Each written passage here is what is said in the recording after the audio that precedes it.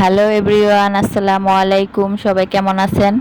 Guys, আপনাদের সাথে আজকে কি রেসিপি নিয়ে আসলাম ভাবছেন? চাল নিয়ে কি করব আমি? আলু নিয়ে কি করব? কি রেসিপি দেখাবো?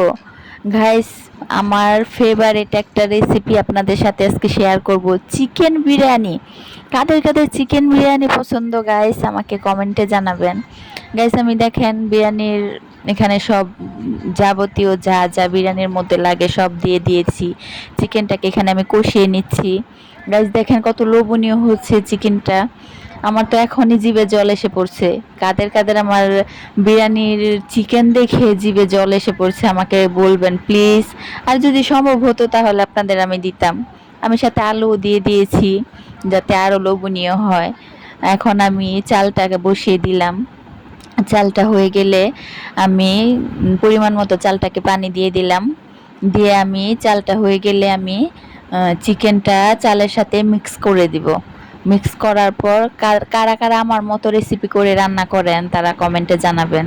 আর আমার রেসিপিটা দেখে আপনারা শিখে নিতে পারেন। দেখেন গাইস, আমার বিরিয়ানি রান্না হয়ে গেল। চিকেন বিরিয়ানি গাইস, বলতেই লোভনীয় আর খেতে কত স্বাদ।